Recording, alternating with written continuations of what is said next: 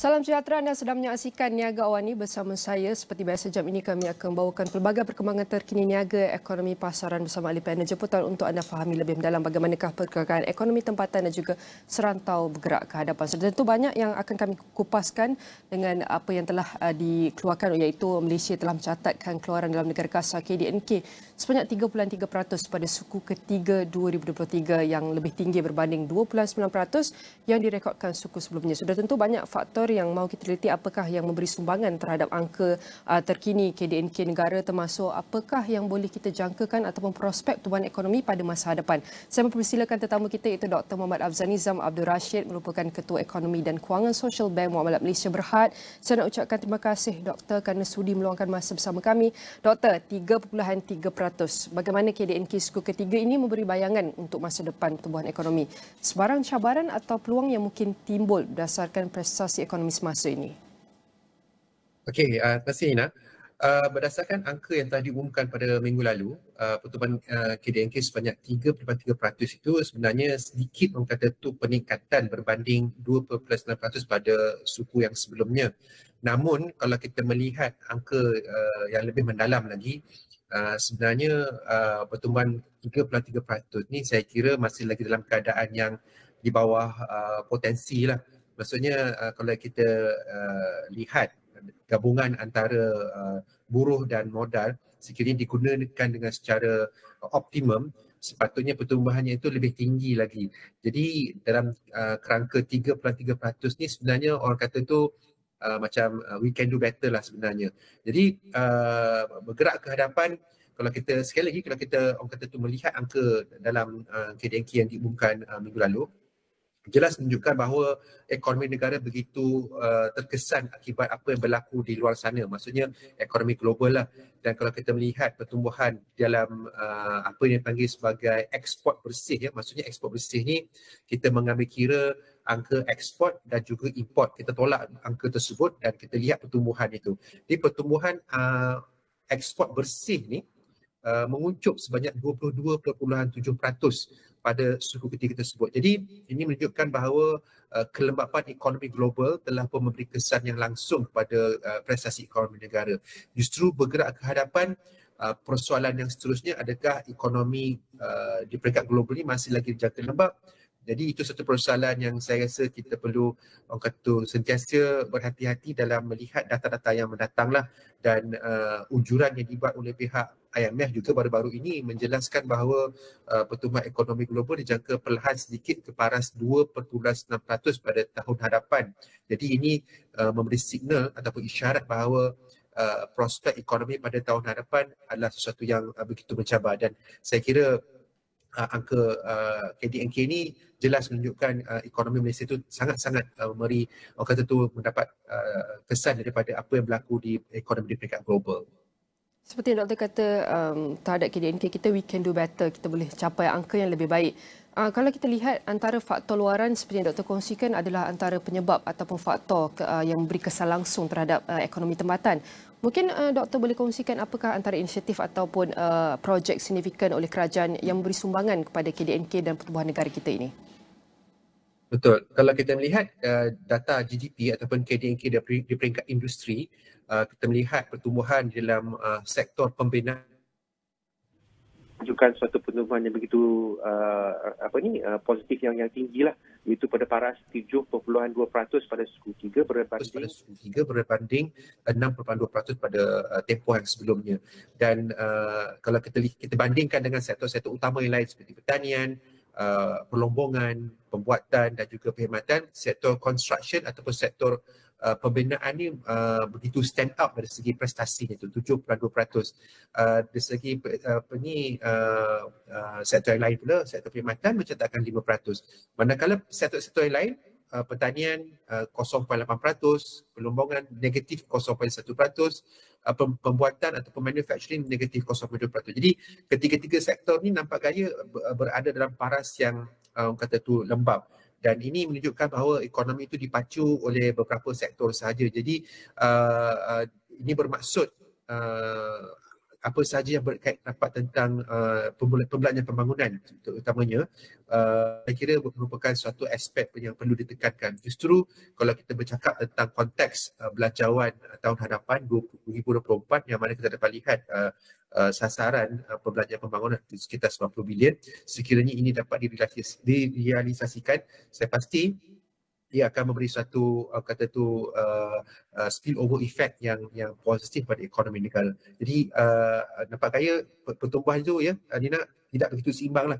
Hanya beberapa sektor sahaja yang mencatatkan pertumbuhan yang kukuh. Jadi bagaimana untuk bergerak ke hadapan kita nak pastikan keseimbangan terhadap sektor-sektor yang mengalami cabaran yang tinggi, Doktor? Okey, sebenarnya dia ada yang bersifat bermusim. Contoh kalau kita lihat pertumbuhan dalam sektor semiconductor ya. Semiconductor ni dilihat pada tahun ini memang mencatatkan suatu pertumbuhan yang negatif. Kalau melihat unjuran yang dibuat oleh World Semiconductor Trade Statistics menjangkakan pertumbuhan negatif sekitar 10.3%, manakala pada tahun hadapan ianya dijangka bergerak ataupun bertumbuh pada paras 2 angka.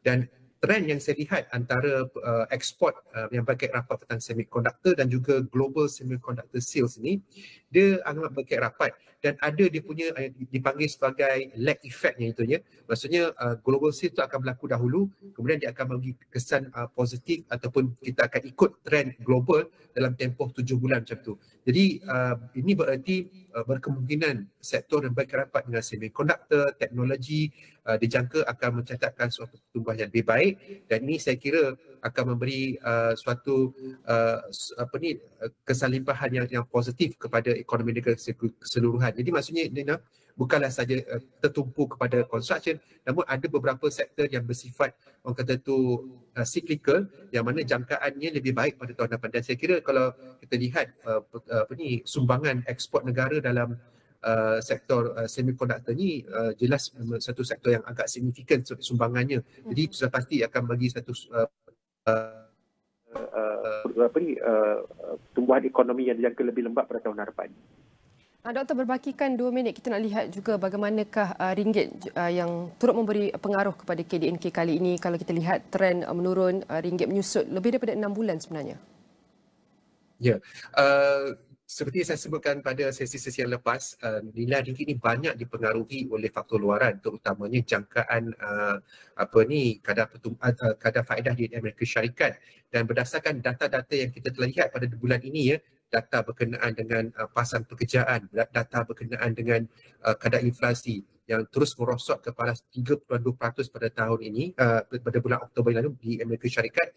Ini menjelaskan bahawa, menunjukkan bahawa terdapat potensi bahawa pihak Fed akan kekal mengekalkan kadar faedahnya dan kemungkinan juga akan menurunkan kadar faedah sekiranya ekonomi mereka akan terjejas teruk akibat daripada kenaikan kadar faedah begitu drastik.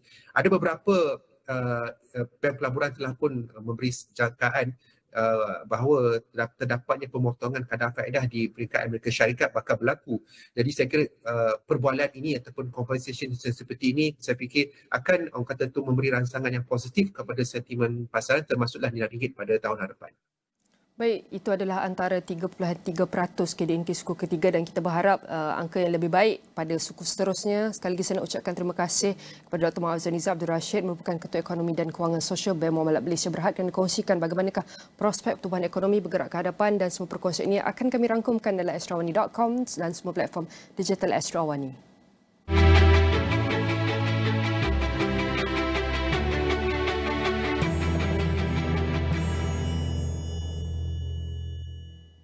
Lebih 20 rumah rakit yang beroperasi di kawasan kaki Gunung Bongsu, Tasik, Kenyir kini semakin popular dengan menyaksikan peningkatan pelancong hampir 2 kali ganda berbanding tahun lalu. Perkongsian pengunjung melalui platform media sosial menjadikan rumah rakit di lokasi itu sebagai pilihan utama kaki pancing dan pecinta alam semula jadi. Bagi pengusaha rumah rakit Suria, Aryadi Abdul Malik, 58 tahun, jumlah pengunjung kembali meningkat setiap tahun selepas terjejas teruk akibat COVID-19. Dia yang mula mengusahakan rumah rakit Suria bersama isterinya sejak 16 tahun lalu menyediakan lebih 30 buah bilik untuk menampung pengunjung pada satu-satu masa. Bagi pengusaha rumah rakit suria, Aryadi Abdul Malik, 58 tahun, jumlah pengunjung kembali meningkat setiap tahun selepas terjejas teruk akibat COVID-19. Meskipun pelancong dari luar negara, termasuk Jerman dan Perancis, masih belum kembali ke tasik itu, namun jumlah pengunjung tempatan amat memberangsangkan. Kebanyakan kalau pelancong dari KL ke Pulau Pinang, mana-mana tak, dia ambil pakej 3 malam atau 2 malam itu. 2 malam. Kadang-kadang kebanyakan pelancong ni dia tambah lagi semalam. Dia tak puas hati. Sebab dia boleh tahan juga langai, boleh juga ikan. Makan pun sedap dia kata. Masakan style kita sini, Suria Rakit ni dia style dia masakan Cina. Jadi itu dia suka tu. Suasana indah dan tenang yang disulami kepelbagaian spesies ikan air tawar menjadi antara daya tarikan utama rumah rakit suria. Kita dari KL sini sebab kawan bawa mari sini, cakap sini banyak ikan, ada haluan, ada ikan berita. So kita mari sini cubalah. Saya pun first time mari. Sekarang pun belum tahu lagi tapi nampak banyak cantik. First rehat lah sebab hari-hari kerja kan. So abang pun suka pancing. So kita pun cubalah. Kawan pun banyak suka pancing juga. Berapa kali saya pun lupa, banyak kali yo. Selalu mari. Sini pancing ada haluan ikan beleda banyaklah. Sini syok lah mari sini. Dalam pada itu, Aryadi yakin usaha kerajaan untuk meningkatkan kualiti capaian internet di kawasan luar bandar agar dapat merancakkan lagi aktiviti pelancongan di kawasan itu. Kalau boleh lah, kalau kawasan pelancongan ni, kalau boleh macam internet tu biar laju sikit. Itulah, line telefon biar ada. Kadang-kadang pelancong ni, duduk satu hari tak ada line telefon, balik gitulah. Kalau boleh minta kerajaan perluaskanlah kawasan internet ni biar pelancong senang berhubung dengan kita. Kadang-kadang kita nak berhubung dengan pelancong pun susah. Jelasnya, keselesaan dan keperluan pelanggan menjadi keutamaan dalam memastikan rumah rakit suria menjadi antara destinasi pelancongan utama di Terengganu. Jiwa SME kini sudah sampai ke destinasi terakhirnya. Siri jelajah terakhir Jiwa SME akan berlangsung di The Curve, Mutiara Damansara dari 24 hingga 26 November ini.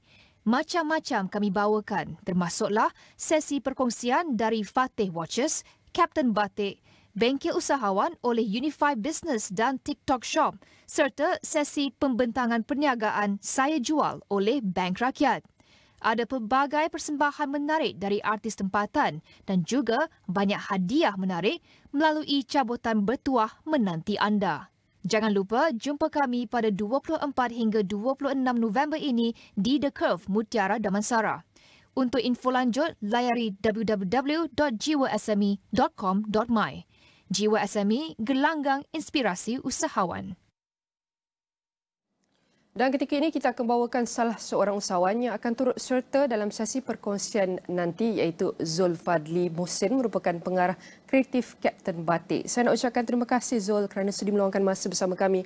Pertama sekali kita tahu Captain Batik di Awani pun memakainya setiap hujung minggu di TV dan kita nak lihat dulu apakah keistimewaan Captain Batik yang membezakan koleksi batiknya dengan jenama pengeluar batik yang lain. Silakan. Okay. Terima kasih. Assalamualaikum. Selamat pagi semua. Untuk Captain Batik ni kami tumpukan kepada 3 aspek utama iaitu penceritaan ataupun direction. Yang pertama iaitu melalui penceritaan mengenai setiap koleksi dan aspek kedua kita tumpukan kepada motif daripada penceritaan dari segi motif yang kami akan bawakan dan juga yang ketiga ialah warna color yang lebih fresh dan terkini lah yang kami datangkan pada setiap koleksi kami. Kita nak lihat adakah target market iaitu Kapten Batik lebih tertumpu kepada anak muda, belia. Kalau kita tengok cara pemasarannya sangat urban ataupun dikatakan moden berbanding kebiasaan jenama batik. Jadi mungkin Kapten Batik ada pandangan tersendiri tentang approach ini. Bagaimana Zul? Okay, untuk target market kita lebih tertumpu kepada semua lapisan umur. Cumanya strategi pemasaran kita lebih terkini dan lebih ke hadapan lagi supaya kita masih kita akan keep relevant di dalam industri kita inilah. Kalau saya tengok posting di Instagram juga, Kapten Batik ada keluarkan teaser koleksi activewear. Satu inovasi yang menarik Zul, di mana baju, sukan dan corak batik digabungkan, disekalikan. Adakah koleksi ini akan ditujukan khas pada acara GWSME nanti? Ya, untuk pada tarikh 24 hari bulan nanti kami akan lancarkan koleksi terbaru kami iaitu activewear yang kita lebih tumpukan kepada aspek-aspek teknikal dan juga aspek-aspek materialnya, iaitu kebanyakan materialnya kita diperbuat daripada recycle plastik. Dan bukannya tertumpu pada itu juga, ia juga membawa aspek teknikal yang lebih sesuai untuk sukan dan motif-motif yang dibawakan lebih dekat dengan Malaysia, iaitu motif-motif bangunan heritage building dekat negara kita Malaysia lah. Ya. Kalau kita lihat iaitu antara praktikal ataupun rutin di penjawat awam memakai kain batik setiap hari Khamis dan di awal ini juga iaitu melakukannya memakai baju batik setiap hujung minggu. Mungkin Kapten Batik kita boleh cakap kita nak remove lah stigma pemakaian batik ni hanya untuk acara formal atau hari Khamis ataupun kita boleh cakap hari raya.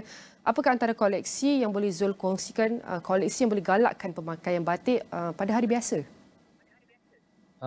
Pada mulanya bila kami mula untuk create brand ni, kita nak buat Kapten Batik ni sebagai satu daily wear lah kan, bukannya just kita pakai untuk formal wear. So lebih suka saya katakan semua koleksi kami lebih multifunctional lah, bukan saja sesuai untuk formal dan juga kita memang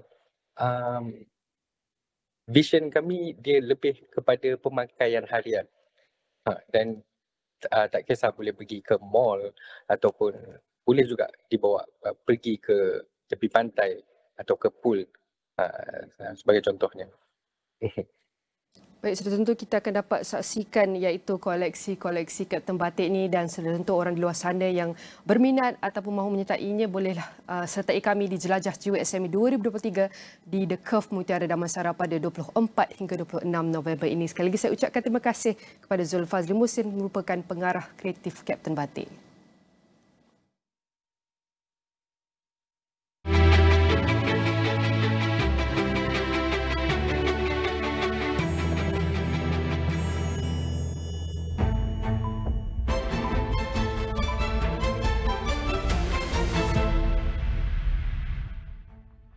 Magnum Matcha Crumble baru.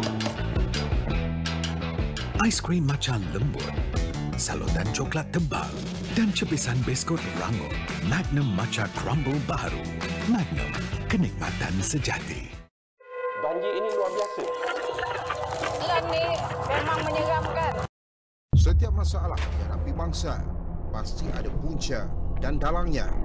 Tugas kami untuk mencari, mendengar dan membongkar sebarang isu atau masalah agar ada penyelesaian.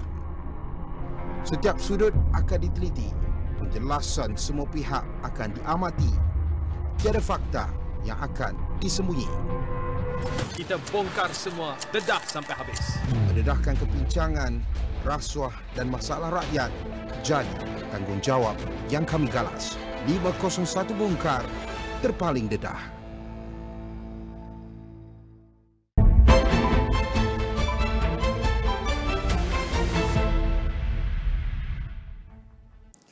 Urus niaga ringgit diunjur dalam julat kecil sekitar 4.67 hingga 4.68 berbanding dolar Amerika Syarikat pada minggu ini apabila peniaga mencari petunjuk baharu bagi hala tuju pasaran.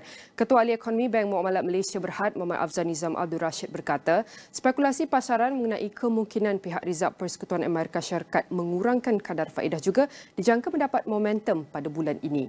Ini berikutan pengumuman data terkini senarai gaji bukan peladangan NFP Amerika yang lebih rendah daripada jangkaan dan seterusnya kadar inflasi yang susut kepada 3.2% pada Oktober selepas kekal di paras 3.7% sejak 2 bulan lepas. Malah pada Khamis, tuntutan pengangguran Amerika meningkat kepada 231,000 minggu lalu daripada 218,000 yang menunjukkan pasaran tenaga kerjanya yang kian lemah.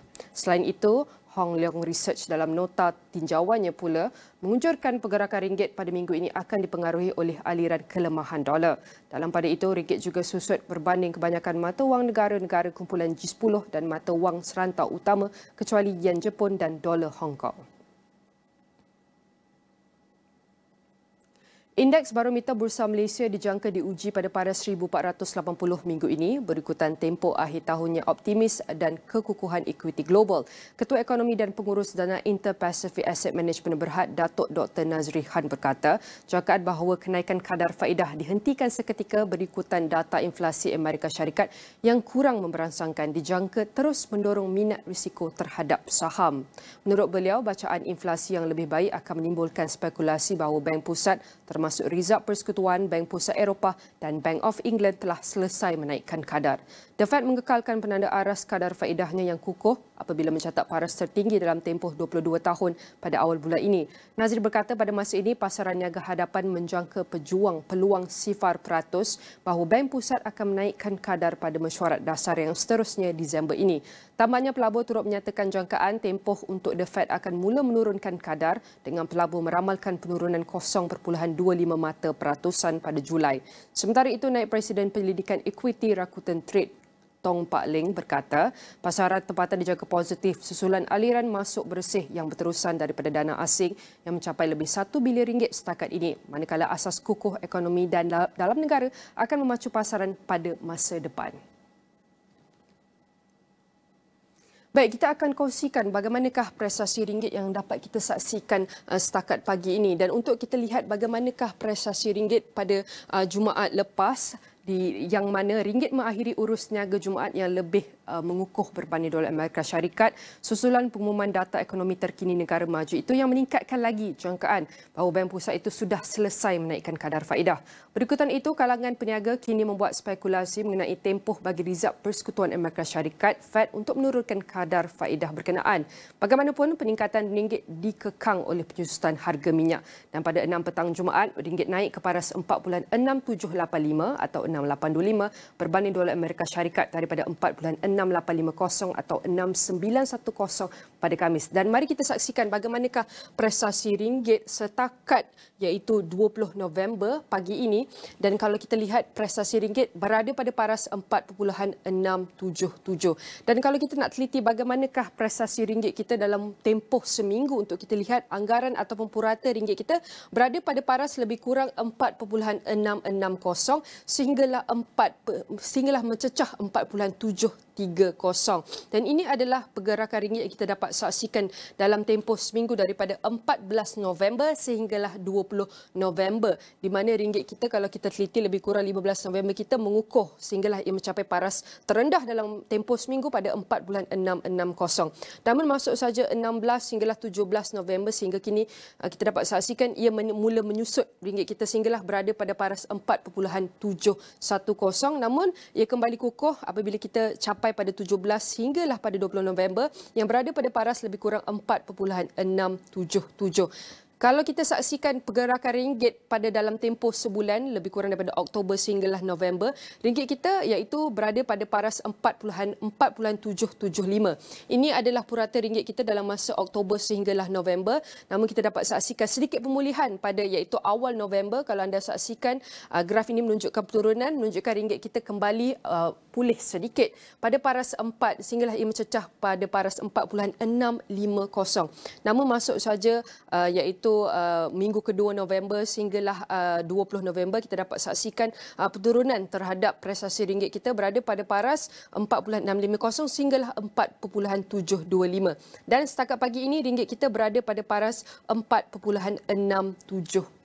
Dan ini adalah prestasi ringgit yang kita dapat saksikan yang paling terdekat hingga kini. Dan kalau kita nak saksikan dalam masa tempoh 6 bulan ringgit kita mengalami trend penurunan. Apabila kita dapat lihat trend ataupun graf ini menunjukkan peningkatan, menunjukkan ringgit kita semakin lemah, iaitu berada pada paras 4.50 sehinggalah ia pernah capai tahap tertinggi dalam masa 6 bulan iaitu pada 4.80. Dan ini adalah prestasi ringgit yang kita dapat saksikan, manakala Bursa Malaysia pula ditutup rendah pada Jumaat apabila kebimbangan terhadap perkembangan ekonomi dan kewangan di Amerika Syarikat dan China telah menjejaskan sentimen global. Pada 5 petang, FTSE Bursa Malaysia KLCI turun 4.01 mata pada 1460.67 daripada paras penutup 1464.68 pada Khamis. Dan untuk kita teliti bagaimanakah iaitu prestasi FTSE Bursa Malaysia KLCI kita pada pagi ini, setakat jam 9.11 pagi pada 20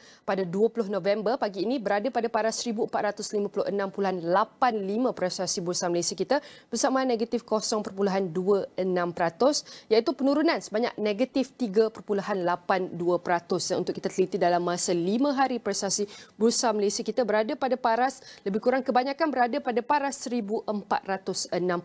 Dan ini adalah prestasi ringgit dan Bursa Malaysia yang dapat saya kongsikan setakat pagi ini 20 November.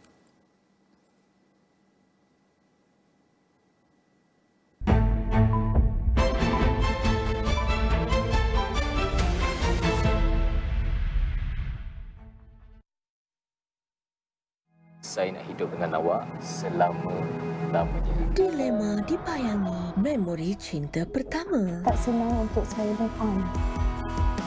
Tak sangka I dapat jumpa you kat sini. Dapat tu ATM kan? Hati mula berbelah bahagi. Boleh tak you bagi I sikit je masa lagi? I mau ada expiry date tau. Percayakah ex-boyfriend memenangi hatinya kembali? My Famous Ex-Boyfriend, The Astro Ria dan Astro Go. Inilah impian terbesar kami. Hadir dengan ujian terhebat. Dan kami sudah bersedia. First blood untuk Malaysia. Menuju pentas bola sepak terunggul. Oh, cantik. Segalanya dipertaruhkan. Setiap kejayaan menagih keringat. Nantikan aksi Harimau Malaya secara langsung dan eksklusif di Astro Arena Bola dan Astro Go.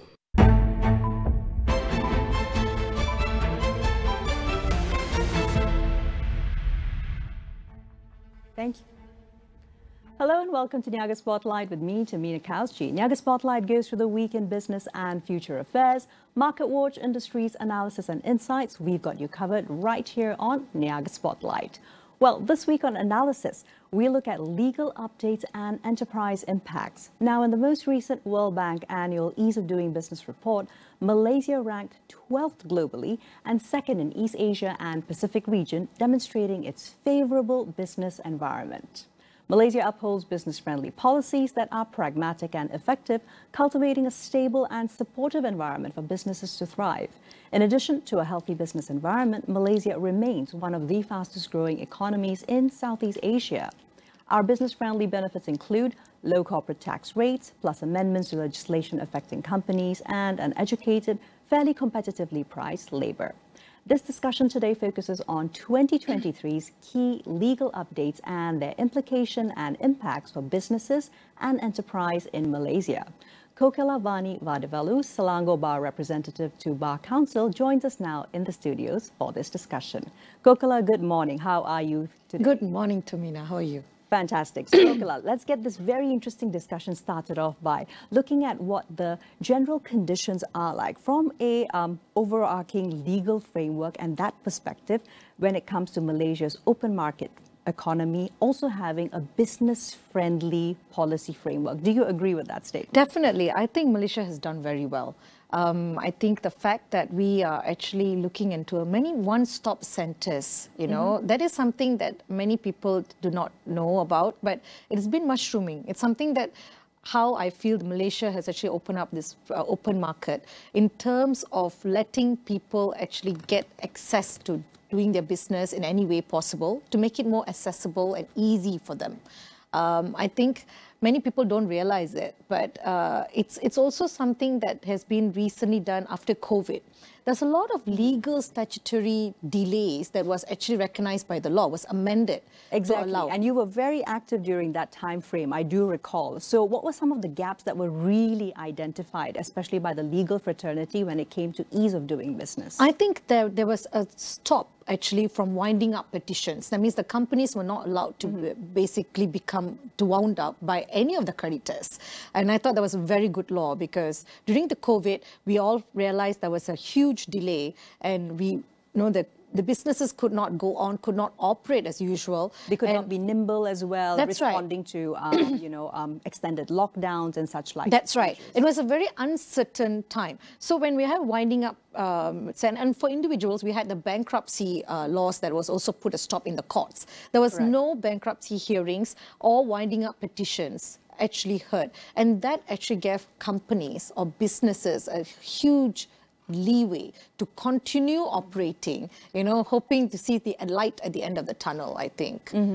So I feel that was one of the best laws that actually came up during COVID when they put a stop measure on winding up petitions. So companies could still be there despite having creditors breathing down their neck, Exactly, because they were given that allowance, given the extenuating circumstances. Kokila, I'd also like to go a little bit into the advantages we currently are actually seeing in Malaysia specifically for more digitized businesses. That's right. Actually, I was coming to that, Tumina. Well done on the question. I feel that, if you look at it now, to register a business, let's go back to basics. Sure. I think people do not see the basics. I think the basics is the SSM now, the company search. You can actually register your business online. Sure, you don't even have to physically be present. That's right. Anymore. And even permits or licenses that you acquire for your certain type of businesses, it all be streamlined into online now. So all you have to do is just do it online and you will be able to get all the relevant approvals, the relevant permits, relevant licenses, and you will be able to actually start and operate a business by just actually logging in online and then registering online. It was never like this back then. So I think the digitalization, and it's not just that digitalization, I think it's also a lot of it were in terms of, I think another thing that I saw online was the fact that grants were given by all the relevant authorities, let it be MITI, let it be MIDA. You could see there was a lot of government grants that was actually given by these agencies. Purely for businesses conducted online or purely with businesses having a little bit of access to online businesses or resources. Exactly. And of course, as we're looking towards having the facilities for younger entrepreneurs and enterprise owners, I think that really makes a lot of sense. But when it comes to digitizing, right, of course, you then have to have the ability to sort of go online and be able to figure your way out. That's right. Have lawyers and the legal fraternity also played a role in actually facilitating this? Or is it something like basically you work in a silo and you get all your work done online itself? I think initially it was tough, but I think the lawyers have already moved to, even in the courts, we've already moved to e-hearings and all that. And then we realized in certain states, especially in Selangor, for you to present your land titles or, for purchasing house, we have this e-Tanah. So literally everything was online already.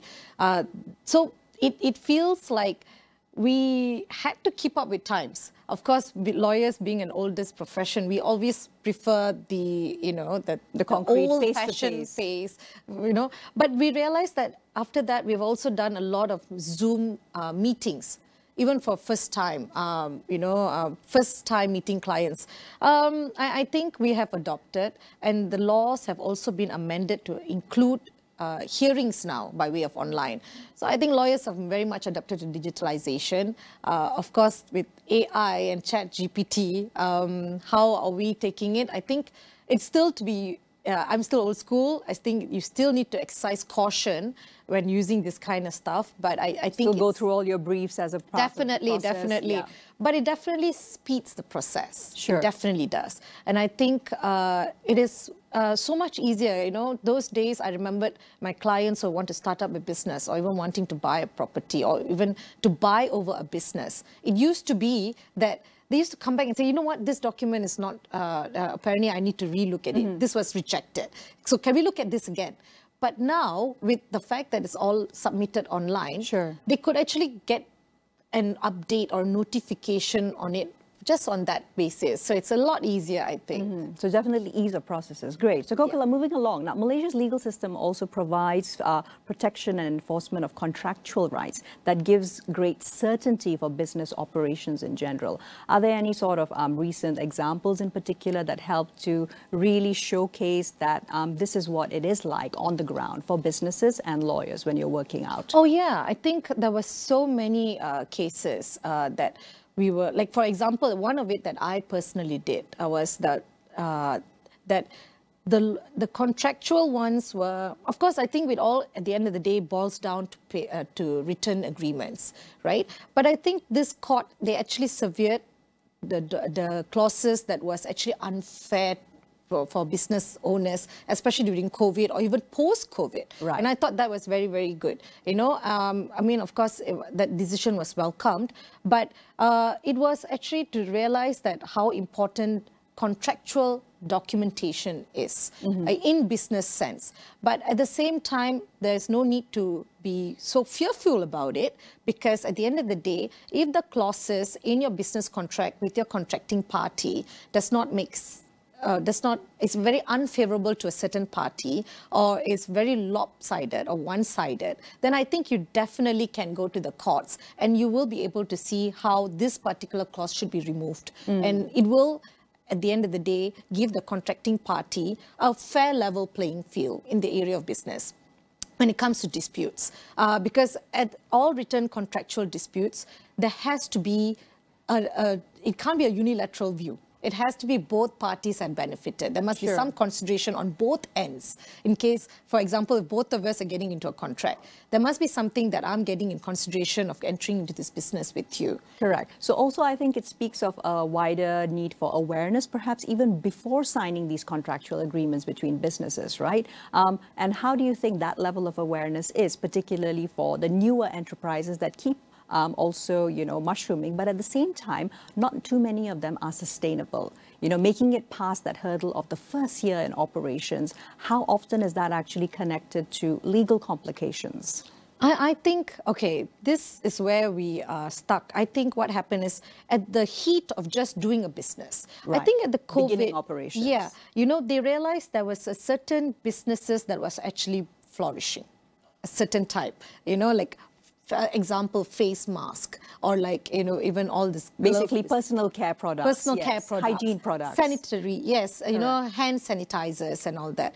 So it became such a huge thing. So a lot of people wanted to get into that business, but it all depends on the individual whether they actually had a long-term plan of the sustainability of the business. I think we all know those who actually felt that the business who went in with the mind that this is a quick money, quick in 1 year, 2 year maximum, you know, and I think that's where it all fails, because you do not have a projection of it. Same, I think, goes to those who have actually just picked up a contract from the internet. Because of digitalization, it's so easy. Nobody actually consults lawyers or the relevant bodies anymore. To make sure that that contract is relevant to you. Yeah. I remember, you would not believe it. I went to court and it was on this contract that both parties had signed. And it was shocking. And I think one of it had no clause of COVID, even though, you know, they just picked up a contract from a US-based company. And we must remember... Always localize it. Localize it, because, you know, the laws are very different. You can't just go and sign it just because you think, okay, I wanted this particular business because mine is for the purchase of gloves. So this is exactly what it is. And then you actually got, you know, you just signed it. So at that point, it was very difficult for the courts to decide, because you're like, what? is this? You know, how do we go on from here? So I personally think awareness is there, but the fact of digitalization could be a good and a bad thing when you just rush into it. Correct. So they just picked up because they wanted the business to start. They felt that, and this is educated class I'm talking about. It's not those who actually feel like, okay, we lack in education. How do we start a business? It's going to be tough on us. So looking for shortcuts sometimes does actually end up being a bit troublesome. Yes, right. yes. Point well taken. So from there, Kokala, let's quickly go through also the fact that Malaysia is also currently party to several FTAs, free trade agreements, right? That's actually, to enumerate it, 7 bilateral FTAs, 7 regional FTAs. But going past that wider socio-economic framework, let's go into what kind of legal implications do free trade agreements have, especially for local enterprises, particularly given the nature of FTAs, and have there been any examples of how these legal challenges can be overcome? Yeah, I think many of them actually, these free trade agreements, I feel that you need to be able to find a fair resolution between parties when there's a dispute. Many times, often not, I think the best way to actually get out of this legal complication would be in the resort to way of mediation. Many people do not actually do that. People feel that, no, you know, and that's where the complication begins, because I would want to do it in the country that I have originated from, and you may want to do it in the local country that you originate from Malaysia. There you go. That's already That's already a huge problem, because our laws are going to be different. So I think it helps how you actually say in your free trade agreement to put the laws governing. You know, which laws, if both of us have to agree which law is going to govern it. A common law per se. Yes. Is it going to be the laws of Malaysia or the laws of my country? For example, maybe I'm from like Denmark, you know. Sure. Or maybe we can then both go for an independent country. A lot of my clients have picked maybe like if Malaysia and maybe the UK, they've probably picked Singapore as in the next seat. If there's a dispute. That's interesting. And what would be the advantages of that, Kokala? Because I think when it's advantages of a country which is not neutral, yeah. So that way you'll be able to actually give both parties a fair trade, and no one will be able to complain, you know, because the appeal laws in your country may be different from mine. And generally, I think the laws in each country are very, sometimes very different from each other. I would personally say yes, but I will still ask you to mediate it first. So there are some companies and some agreements where they say the first right of dispute would be to resort to mediation or arbitration, which is, you know, and then only the last resort, then you go to the courts. So basically, you want to go through those processes rather than, you know, going into litigation itself. And in your experience, just as a time frame, how long do such cases, particularly concerning FTAs, etc., take from start to finish? Are you talking about the ones in courts or the ones in the ones in courts and also the ones in mediation? It could take, I mean, now the courts are moving quite fast, but it could take to up to 2 years minimum or a year.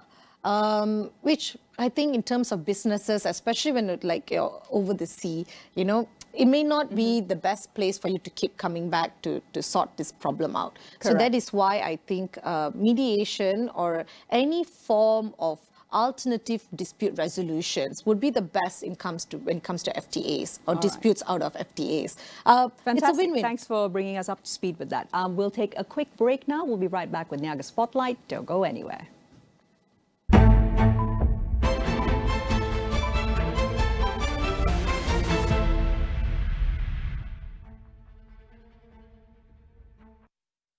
Terokai keindahan pulau, tarikan pelancongan dan kehidupan penduduk setempat dalam island checkpoints yang dibawakan khas oleh Tourism Malaysia. Ada kick dia.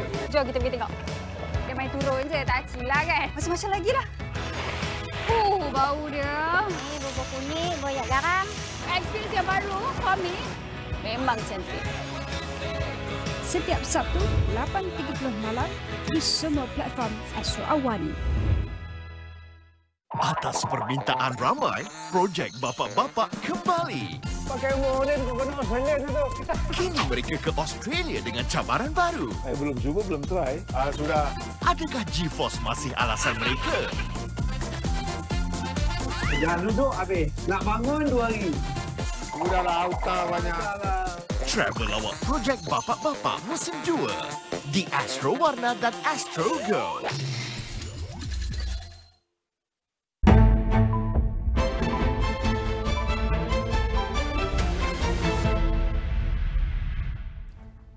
Welcome back to Niaga Spotlight. Still with me, Tamina Kausji, and today, of course, on the show we are discussing legal updates and enterprise impacts with Kokila Vani Vadivelu in the house with us. So, Kokila, moving on now to another big chunk, which is very interesting, particularly for employers as well as employees all around Malaysia. There have been some updates to the Employment Law, the Employment Act 1995, as well as Industrial Relations Act 1967. Let's look at one of the most hotly contested issues as well that has brought about a lot of interest from different parties, which is the increase in paternity leave in Peninsula from 3 days to a mandated 7 days now. What can employees do to ensure they receive this actually? I think it's open communication. You know, you actually have to, it is really, really important that, you know, both parents, especially the paternity leave, 3 days is not enough. I think I welcome this decision, but maybe because I am a female, so I think we could all do with an extra help back at home. But I think this is something that you must have an open communication, keep making sure the HR has spoken, I mean, you've spoken to the HR, because many of the problems here is the lack of communication between the employee and the paternity leave. So many of them are actually not in favor of this, but I think it is all, a lot of companies are actually realizing that if you speak to the open communication with your HR. This has been, I knew a few companies that have advised, which actually have taken this very well, you know, but it starts off with you must actually go in and speak to them. I think they're having a lot of trainings to see why 3 to 7 days and how they're coping with it. How is it beneficial? How is it beneficial? Sure. Because 3 days is actually maybe a bit of a too short of a time because, you know, 1 week may be a better idea as well. And this is, of course, in line with the fact that the maternity leave has also increased substantially. Right. From 60 days to 98 days That's now. right. Yeah, across all of Peninsula. That's right. That's right. I personally had to give a few of my female staffs this updated maternity leave, and how it worked out. I think it's actually okay initially, you know, because there's an adjustment period. Right? It is. Yeah. I mean, I'm not going to lie, and I think a lot of companies were going through that as well.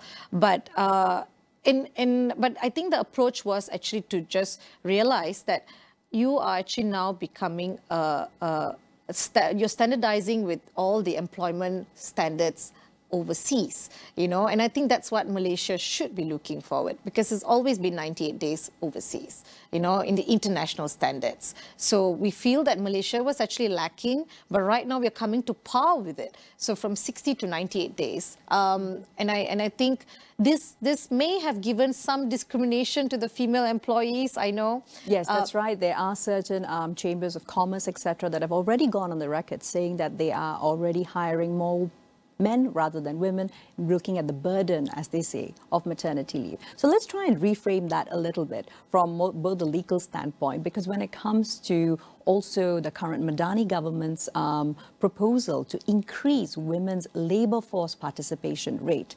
So it's actually very much more helpful. You're only able to have more women in the workforce from 55.8% to a target 60% if all such issues are made easier, right? What are the legal rights of the employees in case you're denied either your 7 days or your 98 days? Oh, you can actually bring them to the labor courts and even to the civil courts for compensation. And I hope the employers know this, you know, because they need to know their rights. I think a lot of companies have started actually giving trainings once they are inside the company to know that what are their rights and what are the thing.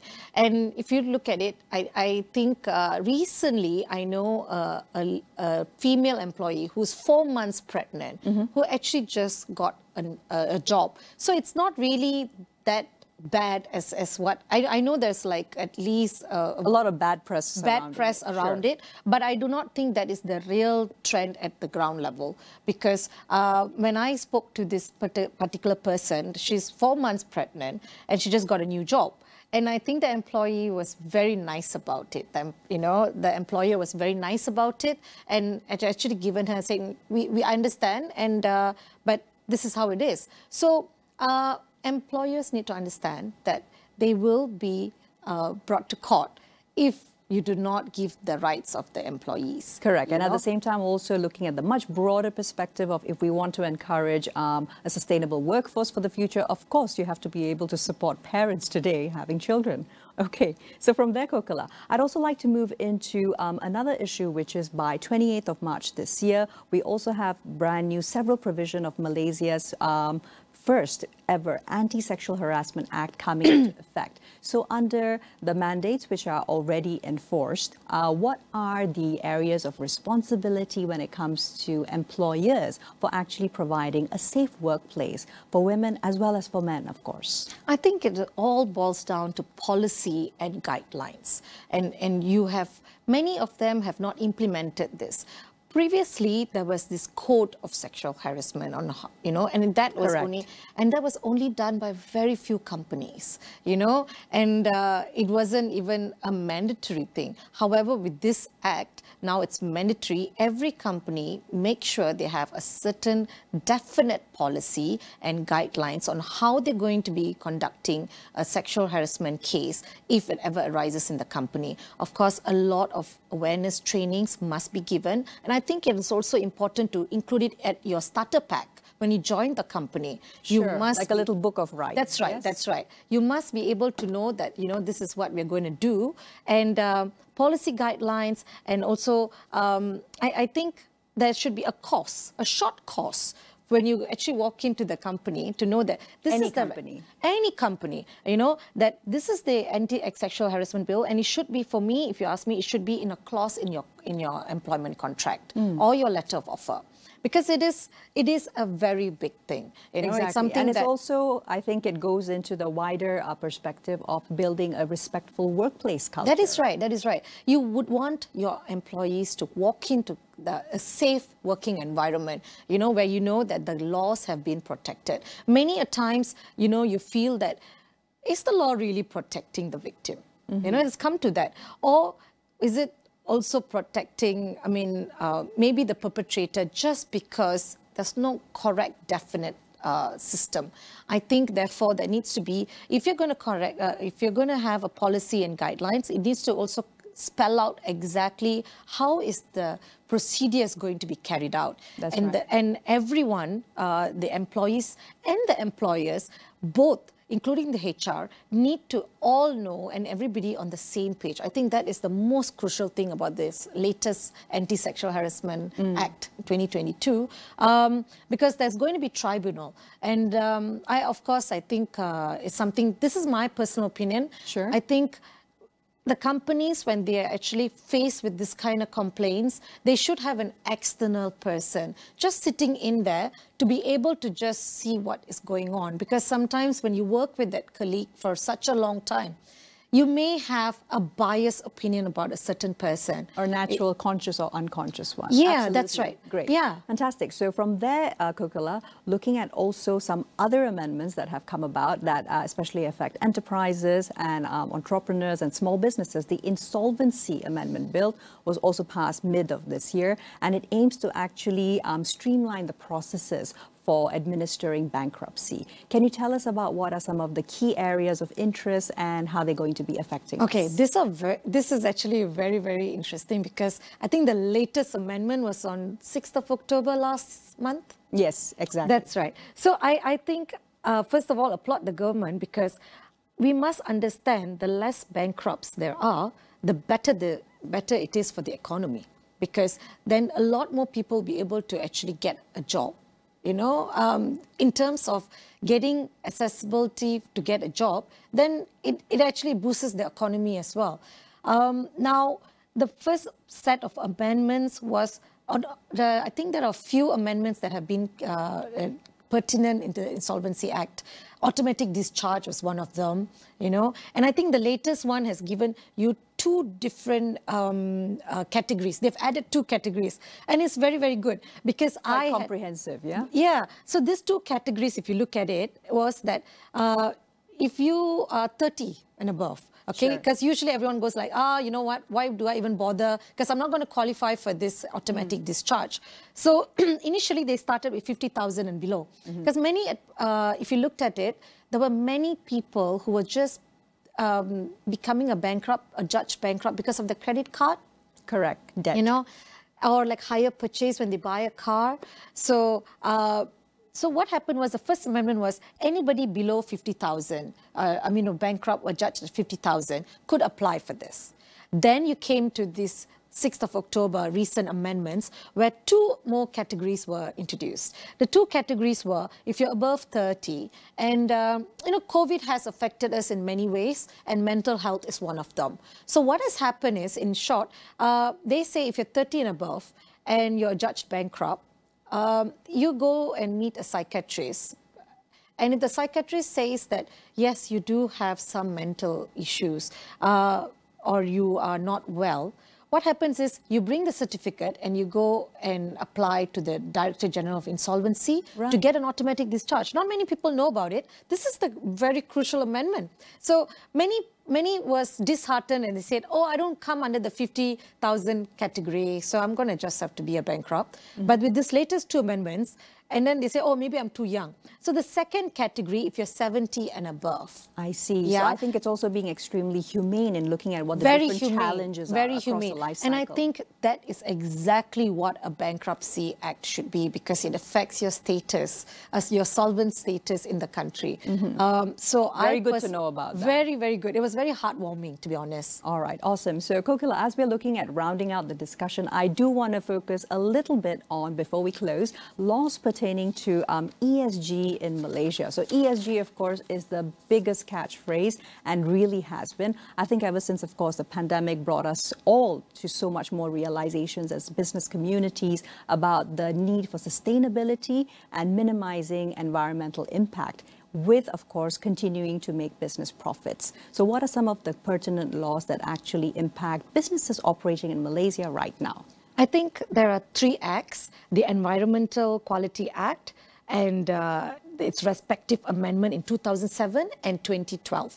So they've been obviously moving towards ESG with the international standards constantly, I think. I think the environmental sense, if you look at businesses today, you would see go green, go paperless, and in fact, some of them you actually get like a discount or a 2 ringgit off if you bring your own tumbler from home. These are the little things that I think businesses have moved forward. And sustainability, I think, but unfortunately, I'm not sure whether this only extends to medium size and big. Right. I do not see it being applied at the small, medium enterprises, businesses. There are 1 or 2, but I think the awareness there are still a little bit on the low side, if you ask me. I think we should probably create this awareness to say and bring up more lucrative grants for ESG-based businesses in terms of social, in terms of environmental, to say, look, it is at the end of the day for us. So let's do a clean, trade business in terms of ESG standards. Exactly. And I think you make a very good point there about the SMEs as well, and perhaps them needing a little bit more time to adjust themselves. Kokila, this has been such a pleasure having you on Niaga Spotlight. Thank you so much for your time and insights. Thank you, Tamina. Thank you.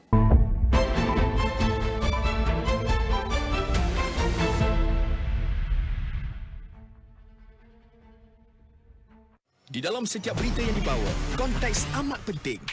Cara kita mendapat berita kian berubah. Melalui media sosial maupun saluran digital yang lain serta kaca TV. Kami sentiasa membawakan yang tergempar dan terkini. Ini perkembangan yang baru kami terima. Berteraskan acuan verifikasi yang diamalkan supaya setiap fakta adalah sahih. Daripada analisis pelbagai sudut yang mendalam, laporan-laporan khas dan perbincangan yang membina negara. Inklusif, suara rakyat kami ajukan. keseimbangan persepsi kami pastikan. Kerana setiap cerita mempunyai impak yang tersendiri dan perlu dibawa dengan penelitian yang terperinci. Pastikan Astro Awani menjadi pilihan anda tidak kira di mana sahaja anda berada. Saluran berita paling dipercayai di Malaysia. Satu pencarian, dua juara.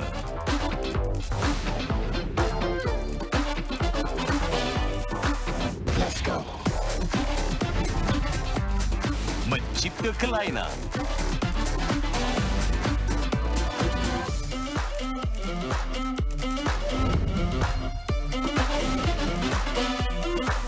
Let's go. Cabaran demi cabaran.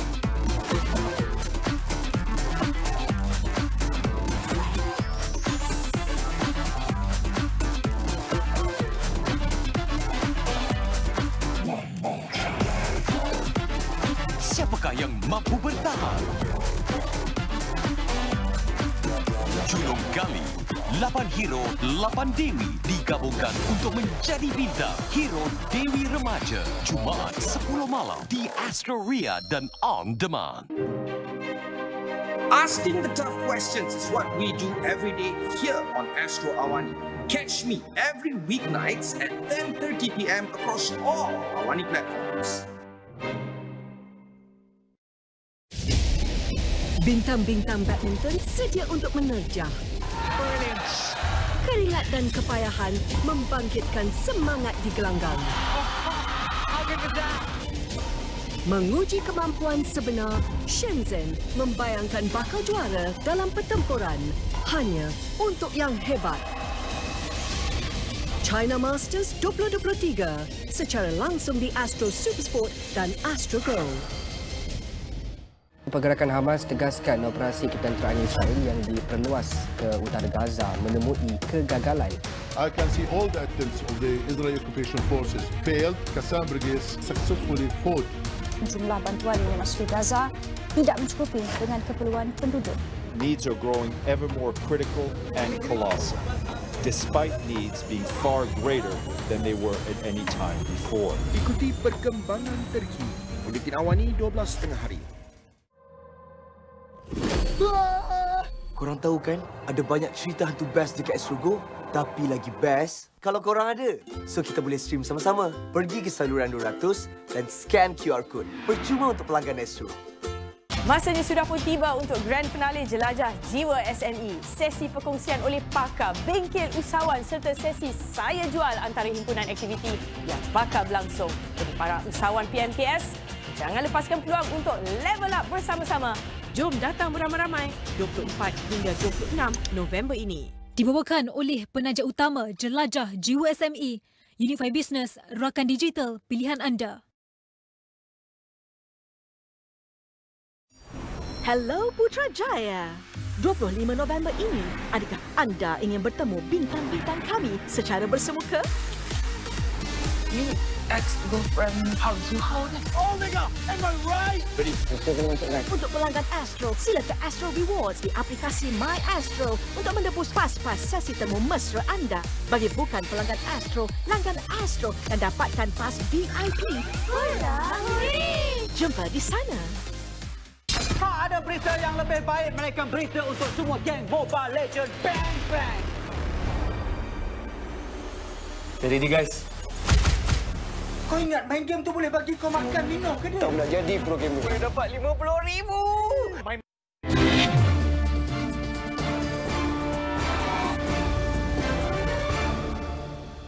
Penting untuk kita semua memperbarui tekad melindungi hak kanak-kanak berdasarkan Konvensyen Hak Kanak-Kanak pada tahun 1995, terutamanya berkaitan dengan hak kanak-kanak, iaitu kelangsungan hidup, perlindungan, pembangunan serta penyertaan kanak-kanak.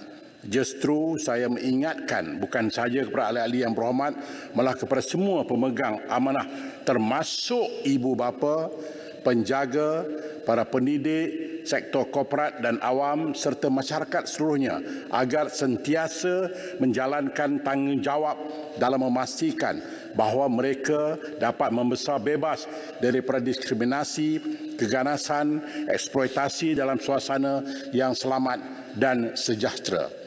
Yang berhormat, kini warga dunia begitu terkesan dengan konflik Palestin-Israel yang semakin meruncing. Sehingga hari ini lebih 700,000 kanak-kanak di semenanjung Gaza kehilangan tempat tinggal dan lebih 4,600 orang telah kehilangan nyawa dan hampir 9,000 orang lagi cedera. Marilah kita mendoakan agar semua kanak-kanak khususnya yang berada di semenanjung Gaza diberikan perlindungan daripada sebarang bentuk kezaliman. Pada kesempatan ini, saya menjemput Ahli Yang Berhormat untuk memperingati sambutan istimewa pada hari ini, Isnin 20 November 2023. Pameran Hari Kanak-kanak Sedunia akan diadakan di lobi utama Parlimen kita bermula jam